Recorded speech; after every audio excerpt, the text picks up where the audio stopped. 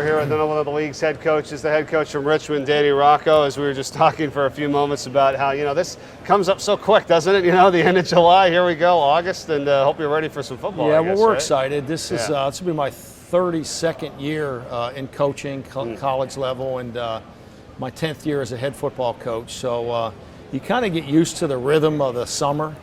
Right. And it does happen really fast, but we're ready to get started and excited to build upon our most recent successes. Yeah, absolutely. 9-5 last year, 5-3 in the league, and then you go to the second round of the FCS playoffs. You beat Morgan State, fall to Coastal Carolina. But coming up on your fourth year now, how special was it for you guys to make the playoffs your first time as head coach of Richmond? Yeah, it was exciting. We had our first home playoff game ever in Robbins Stadium, which I thought was really special. And my first year at Richmond, we won a share of the CAA conference championship, but didn't get in the postseason.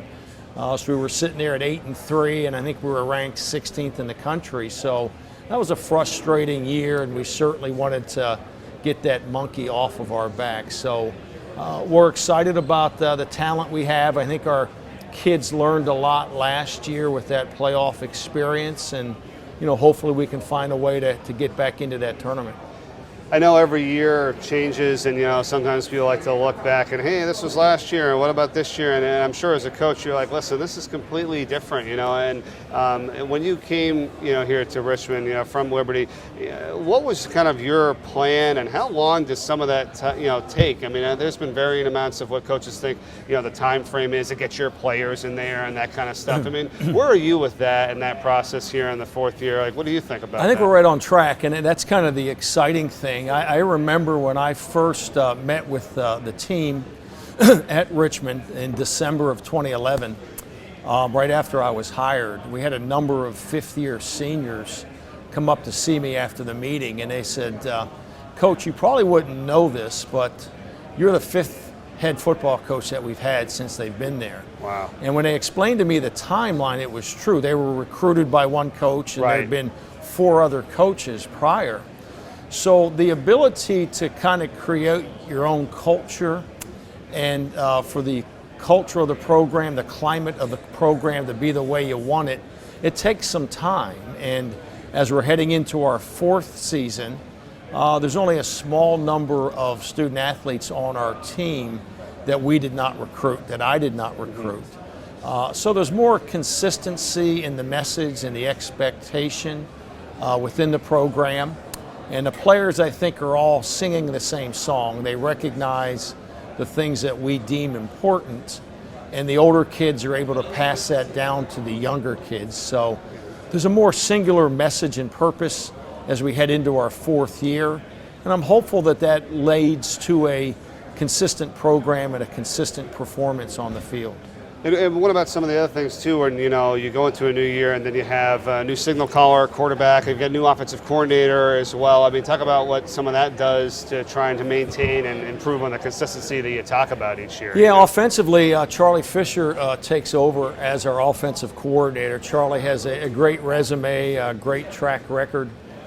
He was at Penn State for a couple of years on Bill O'Brien's staff. Charlie coached the quarterbacks there and had great success with a couple of really good quarterbacks. So I think offensively we're gravitating back towards a little more of a pro-style offense, a little more of a quarterback under center, run-pass balance, run-first mentality.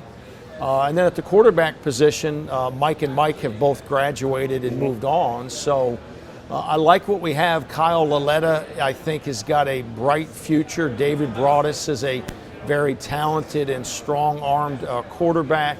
So I think we got the right guys in place there. It's just our ability to call the game to their comfort zone, and especially early in the season when we're really starting to get a feel for what it is that they do best and are most comfortable doing. Absolutely. Well, I mean, you certainly have a test right off the bat. You guys are in Maryland.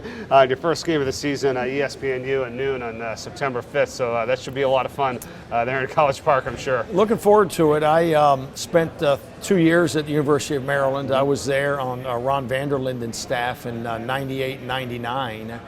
And then I worked with Randy Etzel, Coach Etzel, 3 years at Boston College. We were together 91, 92, and 93.